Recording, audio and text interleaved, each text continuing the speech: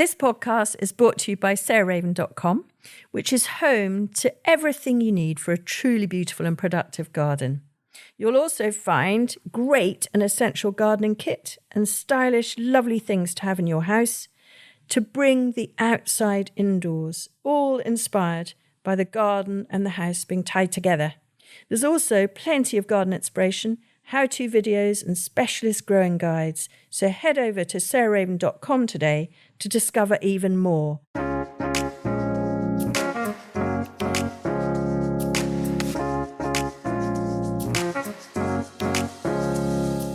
Welcome to Grow, Cook, Eat, Arrange, the podcast of me, Sarah Raven, and various different guests. And today I'm joined again by Josie Lewis, our head gardener at Perch Hill, who has done lots of podcasts with me over the years. And last year we did lots together because we did gardening jobs. But this year she's been on less. But the thing that we're just absolutely bursting to talk about, both of us, is about species tulips, isn't it, Josie? Yes, it is. Yeah. A newfound favourite, really. Newfound passion. And I'm very rudely didn't say welcome. So welcome, Josie, first of all. Thank you very much. I always feel welcome here. So, yeah, I think just to give a little bit of background, Josie and I go every spring to Holland and lots of different gardens in the UK. But last spring, last April, early April actually, we went to the Netherlands and visited a tulip species breeder. And species means, I think I'm right in saying, Josie, that it's what you would find in the wild. But, yes, yeah. But increasingly they've been used to create hybrids. So their genetics are still closely related to the tulips you might find in the wild, but actually they are cultivars now, aren't they? So yes, there's some originals, yes, yeah, but a lot closer to what you'd find in the wild, the ones that we love here. Yeah, exactly. Anyway, this spring we've really been blown away by the whole species group, both in grass and in containers and also in the vase. And so we thought we would do them as a completely separate group and talk about them as a separate group rather than tulips in general, which of course, as we're coming to the end of April, are very much at the forefront of our minds. And we sat down yesterday and were thinking about, okay, what are the reasons that we're so crazy about species tulips? And so we thought we'd start with those. And certainly for me, well, for both of us, one of the things is that we've really noticed, not so much this spring, because it hasn't been quite so wet, but last spring and even more the spring before that, so the spring of 23 was very, very wet with us in East Sussex. And we found that quite a lot of our varieties got tulip blight. And tulip blight is a fungal disease which spreads in air droplets, I think. So when it's very moist and humid in the air, then you get much higher preponderance and prevalence of blight. And also, blight is killed by light. So when we have low light levels, it can really romp away. And those were the conditions that we had. So this year, we've really noticed we haven't had it nearly as badly, and actually almost not very much at all. But over the last 3 years, as a good test, these species tulips have come out far better than the garden hybrids, haven't they, Josie? Yes, they have. Yeah, they've looked a lot healthier. Yeah, for all those reasons. And for tulip blight, there's no cure really. Tulip fire, whatever you want to call it. And if you get it, you have to leave your ground free of tulips for at least 2 or 3 years. So it's, quite something to contend with. And it became quite a problem, didn't it, for us for a little while? Yeah. And we could only grow them in pots. So that would be our number one. I mean, we've actually got 10 reasons that we're in love with species tulips, but that would certainly be number one. What's your next one, Josie? Because they're much smaller. I mean, people say they're less showy, but they're earlier than the big hybrids.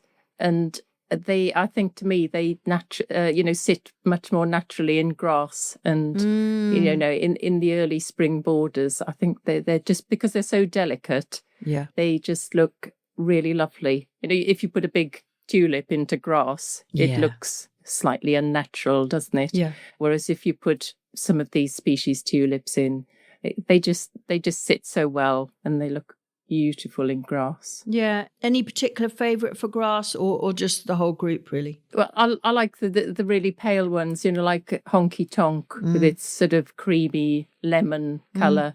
I wouldn't put the redder ones in, like Nora or something, which is really quite pink, in her own right, fabulous.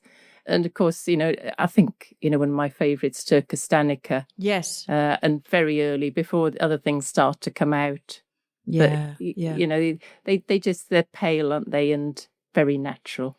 And Turcus danica has really lovely sort of faceted seed heads, seed pods, which are almost as glamorous, I think, as the flowers themselves. So, and again, in grass, they really suit it. They just look very, very beautiful. I couldn't agree more. Yeah. And of course they spread by seed, as you say, from their lovely seed pods. But there's a few that actually spread by stolons, so they spread underground. So stolons are underground stems.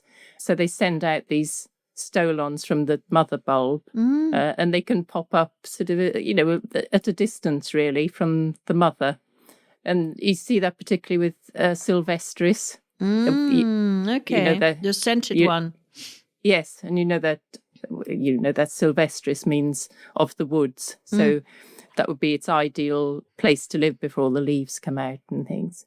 And if they're in that natural environment, you'll see a group of like the parent family, and then sort of a metre or so you'll see another group forming, and you see all their satellite families, and these are from stolons rather than seed. Okay. And is that one of the reasons that they're so good at naturalising them? And I mean, they're just brilliant in grass, aren't they? They really thrive in grass, and they don't get knocked back in grass like a lot of the hybrids do.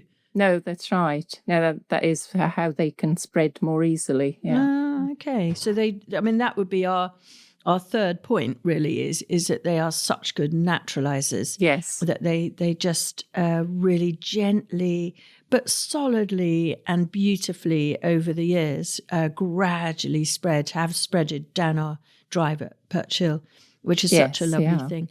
And I think the next reason that I love them, and Josie loves them too, is that they're perfect for pots. And I think that is a scale thing. So I'm not talking our whopper Dutch big pots that we have around the garden, but more like the tabletop pots that we have on the wellhead here, I have on my doorstep, I have on the plant theatres here, and I have on all the tables around the garden. And honestly, the species tulips, and there's one that's come out recently called Samantha, which looks like it's a real love-hate plant. It's got very, very, very fully double flowers that look like a gerbera in a way more than a tulip. I mean, they're really bizarre looking. But and some people love them and some people hated them. I absolutely loved them. And they look totally brilliant in a shallow, what I would call bulb tray. And honestly, flowered for 10 weeks, I think, from the sort of gobstopper bud right the way through to the seed head. They look good, and they're really, really elegant and perfect for pots. But there are many others that that one's slightly controversial. I decline to comment on Samantha. Okay, but you loved Hilde though, didn't you? Which was the most a beautiful, quite pure white with a sort of pinkish greenish hue to the outer edge of the petal. Really absolutely lovely. But honestly, to a man, to a tulip, the species varieties are fantastic in pots, I would say. Yes. And if you want to keep them in pots from year to year, it's best not to use those pots for other things. Don't overplant species tulips. They'll have to just have their own little pots, keep them dry over the summer. If you look where tulips originate from, especially these species that we're talking about, it's Central Asia, all the stands, Turkmenistan, Kazakhstan. So they live high in the mountains where they're very dry over the summer, and they get really soaked over the winter. And of course, you know them from Crete. Quite a few of the beautiful ones originate in Crete. So you've got to replicate that in the pots, really. So they need to be very dry over the summer. Replenish their compost in autumn, and off they go again next spring. But if you want to use the pots, like, which is what we do at Perch Hill, because we want to use the pots again, so we take them out of their pots and plant them in the border. If they're in a circle, we tend to break the circle into quarters so it doesn't look so odd in a border. So divide them and put them into little clumps into a border, and then they can die down happily there, and you can use the pots again. Josie won't thank me for telling you this, but it is quite funny. Sometimes I go down to the polytunnels in the weekend because I'm the only one here, and so the watering becomes my duty, and feeding our polytunnel cat, who is, surprise, surprise, called Polly. She's a stray. She arrived in our polytunnel, our lower polytunnel, and she made her home there because, of course, we have a heated blanket underneath, a horticultural electric blanket. And she loves it because it's really cozy and warm, whereas outside is freezing. So this sweet stray cat, and we know she's stray rather than she's adopted us and someone's looking for her, because she has that right hand, is it right or left hand cut? The top of her ear means she's been a stray that's been spayed, apparently. I did an Instagram about her. And it's so brilliant, Instagram, because people tell you, oh, yeah, that means that she's a stray. Anyway, I'm whittering on like there's nobody's business. But what I was going to tell you is that sometimes I go down there at the weekend and there are just bulbs still in the shape that they were in their pot, but not in anything. And they're out on the bench. And it's because Josie quite rightly has thought, I need that pot.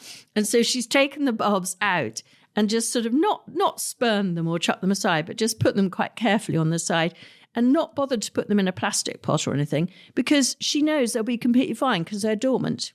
And then the following autumn, that autumn she'll then pot them up again, perhaps divide them a bit. And actually that period of, because if she left them in a pot, inevitably one of us, probably naughty or me, would think that needed watering and I would water it. And the key thing is, if they're out of the pot, it's a code. Josie's telling us not to water. And so I think it's rather good subliminal message that just chuck them out. And that is a key thing. They don't need any looking after. But that leads me on to the next point of why they're so good, which is we wouldn't be doing that if they weren't so perennial. So whereas my Dutch friends, quite often I find with the hybrids, they just chuck them at the end of the season, but you would never chuck a species tulip because they're totally perennial. So as we've implied by the fact that Josie's neglecting them in the summer and then maybe potting them on again in the autumn for the following year, they'll give you decades and decades of flowering. And my dad had a tray of a tulip that is one of my absolute favourite species called Saxatilis. And I'll tell you a story about that a little bit later on. And I think he had it for, 30, 40, 50 years. I mean, they're completely perennial. So that's another real plus point. Yes. And because they're so delicate, they stand up to the weather so much better, don't they? Because a lot of them start from March onwards, so they can get the worst of the weather. But they don't, the peony types, they can be battered about a bit, especially by heavy rain. But these delicate things, they just shrug it off, as they would in the mountains. Yeah. So, I really appreciate them for their hardiness, their weather hardiness. Yeah. And I think the thing we also celebrate them for, as well as being great in grass and well as being great in containers, is that they're early.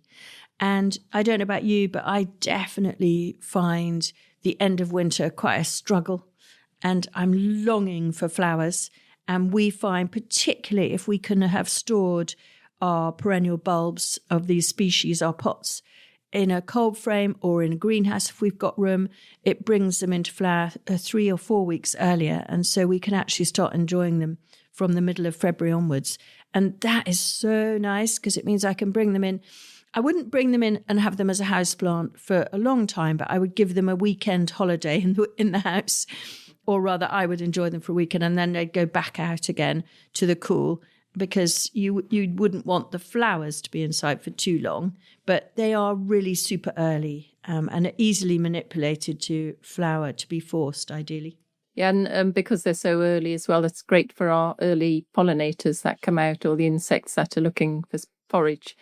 It really helps them as well. Yeah, absolutely. I just did a podcast with a guy called Richard Rickett on bumblebees partly, And he was talking quite rightly about the need for February, March flowers for the emerging queen bumblebees.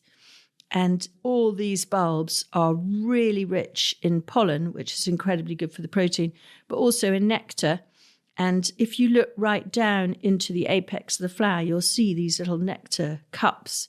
And really quite a lot of the species tulips have a very, very good early source for both nectar and pollen for those hungry early emerging bumblebees that have been hibernating or not hibernating, whatever it's called.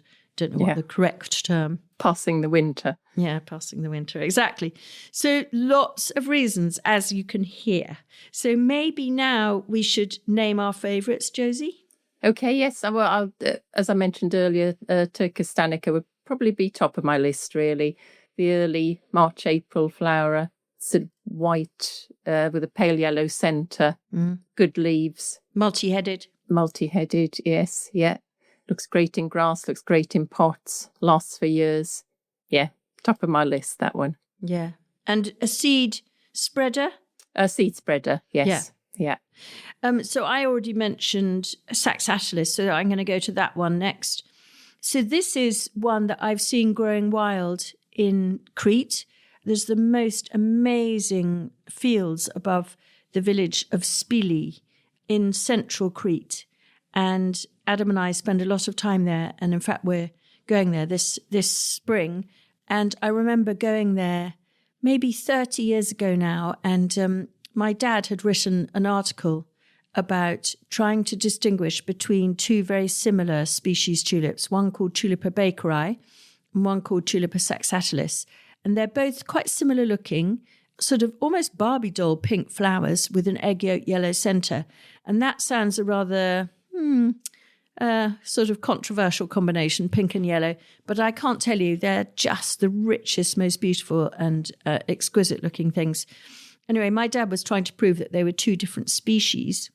And one of the things that's important is that they're seed formers, but also, as Josie says, they spread stoloniferously. Anyway, he had written an article about going on the quest for Tulipa saxatilis in the White Mountains in Crete. And Adam and I managed to find the very place that he had found them, must have been by then about 30 or 40 years before. But they had sadly gone over. They were still there. We could still see the plants, but the leaves were dying back. But we then went higher, the other end of the mountain, into Spili. And we walked into a taverna, rather downcast, because we'd found the bulbs and the tulip, but they were not in flower. And there was this massive, massive, beautiful jug on the till table in this a very lovely, simple taverna in Spili, just full of this tulip. And we were like, where did you find those? Anyway, they directed us, and the next morning we went up and indeed found carpets of these beautiful species, varieties of tulips. So they always hold a dear place in my heart, Tulipa saxatilis. And we've grown quite a few of them this year for that reason, and have had them on the wellhead. And they are showy as anything, but still look very natural somehow. They're where nature always gets it right, doesn't it? And, you know, you might, if you were Mary Quant, wear pink and yellow in a stripe, in a floral pattern on your A-line dress. But somehow people find that combination controversial. But I can tell you, in Tulipa saxatilis, it's sensational. Yes, and we love it in the garden in any form, don't we? Pink and yellow. Yeah. And, it starts off early with that beautiful tulip. Yeah. Yeah. What's your next one? So I'm going to the other end of the scale with my next one, to Tulip acuminata. So this is a much bigger tulip, grows to about 50 centimetres, but it has the finest, most delicate petals that look like flames. So it's a red at the tip, going down to orange, going down to yellow. But they're so delicate. You have to be careful where you plant them. You know, if you put them in a border, they might get lost. Yeah. We have them again on the wellhead in pots, and they just look magnificent, don't they? They really do. Yeah, if you've got a reasonable size, a few, quite a few bulbs in a pot, they just look wonderful. Perfect backlit. They're one of those tulips you want to be backlit. Yeah. Yes. Yeah. But yeah, quite at the other end of the scale from most of the ones that we'll talk about, I think. Yeah. Although in terms of showiness, I'm going to go to my next one. We haven't got to the really subtle. Well, actually, Turkestanica is subtle, but Shogun is the next stormer. And yes. Shogun is brilliant for grass, but it's a strong flavour. So it's the colour of if you crossed the skin of a lemon with the skin of a tangerine. So it's an orangey yellow, and it's deeper than the most free-range organic egg yolk. But I love it because it's so cheery early in the year. And we have it in the grass here, and we have it actually with Sylvestris, which is the one that Josie's already mentioned that is scented, in our damson orchard. And it is quite something, but because it's small, almost like a slightly later aconite, it's that kind of golden sort of sun ray kind of colour. But I'm a big fan of Shogun. I think it's a really good one. Yes, yeah, I do love that as well. Yeah. I'm going quite blousy with my next colour as well. So Tulip Nora, that really bright pink. And when it opens in the sun and it's got that inky black centre, it's just it's just a stunning tulip, isn't it? Yeah, really beautiful. But yeah, I mean, it's not necessarily to everyone's taste, but each to their own. But I do love Nora. Yeah, I love Nora. and in that sort of even deeper pink, I love Little Beauty, which has got a slight scent. Some of the species tulips do have some scent. It's not strong, but on a warm evening, it'll radiate out a bit from its pot. And we have this both in containers and in grass, and it does really well in both situations. And I pick it quite a lot. And so for small vases, delicate vases, by a bath, by a bed, on a desk, it's really, really beautiful. So sort of slightly double. Yeah, it's just very, very pretty, delicate, small. I mean, about top, 8 to 10 centimetres, I suppose, something like that. Anyway, really lovely. And again, with this jet black centre. Yes, yeah. The centre, so worth going to look inside your tulips. Because there's all the structure inside is so amazing. Yeah. So the next I'm going sort of a paler version of Nora, which is Tulip Annika. I love that. So lovely. One of the Clusiana tulips. So it's a pale pink, salmony colour, would you call it? Yeah. Really, it's just it's a very subtle colour, isn't it? It's sort of salmony, but it's also got a kind of touch of a sort of very soft greeny grey over it. So it's a very gentle colour, isn't it? Yes, such a nice colour. So if that's more to your taste, then definitely Annika is one worth looking out for. Really subtle. And sticking with the Clusianas, on the visit that I was mentioning at the beginning to the Netherlands last spring, the species tulip breeder that we visited, it was the most extraordinary sight because he had a whole field of a Clusiana mix. And so it had straight Clusiana, which is the colour that Josie's sort of talking about, kind of slightly yellowy, slightly greeny, slightly whitey, but then also mixed in with varieties like peppermint stick, which is white and pink with a tiny bit of black often in there. And all sort of colours in between, and just seeing that as far off as you could see onto the horizon, which, of course, in the Netherlands, all the fields are very flat. It just looked absolutely amazing. It reminded me more than anything of a botanising trip I went in South Africa in their spring, which is in September. And there you would see whole massive fields of just one slightly differing coloured flower out like the sea, standing on a beach and looking out at the sea. And that's what this Clusiana mix looked like. And so I want to grow more and more of these mixes so that you don't get all the same colour, just a slight dappling of different colour. And I think that Clusiana mix is going to be a real stonker in the future. Yeah, that to take me back to standing at the edge of that field that day. It was, that really took my breath away. Yeah. And we see a lot of plants, don't we? And that was just so stunning. And the black thunderclouds were building up on the horizon. Yeah. It was freezing. It was freezing, and the wind was just moving all these beautiful tulips. Honestly, it was something else. It was. So what's your last one, Josie?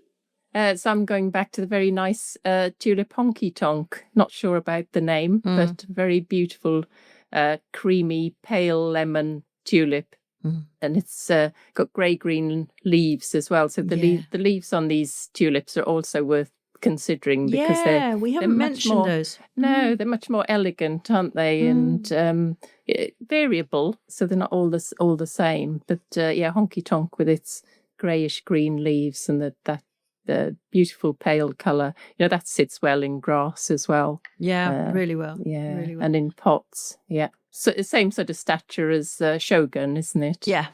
No, I love that. So they too. sit well together. Yeah. And my final one is Hilde. Now, Hilde is spelt Hilde, so it's the Northern European version of that name. And I think probably this would be the most elegant one that we saw last year and have been growing this year. It's really quite a clear white. And it's just, we've had it as table centre pots in the greenhouse, and I've had a pot on my desk. Really graceful. It opens out fully, almost to look like a sort of starfish or a sea anemone in the warm, and then it closes up perfectly in the dark and in the cool. And it goes on doing that for, we've had it going for 4 to 6 weeks. And that's the other thing we haven't mentioned, actually. A lot of these are very long flowering. And I think it's because in nature, they're programmed to do that, perhaps to increase the chance of them being fertilized by a bee. But Hilde, I think noticeably was particularly long flowering. And I would say absolutely exquisitely beautiful. If I was William Morris, I would be making a pattern fabric or wallpaper out of the crossing over of these very delicate, fine, not needly, but really fine curving and twisting petals. So Hilde for me is in my absolute must-have list. Yeah. There's some good ones there, aren't there? And so many more as well. So many more. So that's our top of the pops of the species tulips and the tulips that we've been kind of really, to be honest, most blown away by this spring. And I hope that will give you some prompts of trying some to plant this autumn for next spring, because they are just a really sustainable way of growing bulbs, I think. Thanks, Josie. Okay, pleasure. Thanks so much for listening to Grow Cook Eat Arrange with me, Sarah Raven, and this week, Josie Lewis, our head gardener at Perch Hill. Next week, I'm back chatting to Jemima Bowker, who is our sort of beginner gardener expert. So she worked with me and Josie at Perch Hill for years. She lives in the city in London. And so she runs and designs our beginner gardener range, with a concentration on balcony pots, etc. So we're going to have a bit of an update with Jemima because she's on the move again, as lots of people are at that age. So giving tips of what she's planting that is really versatile if you have to move. So we'll chat then.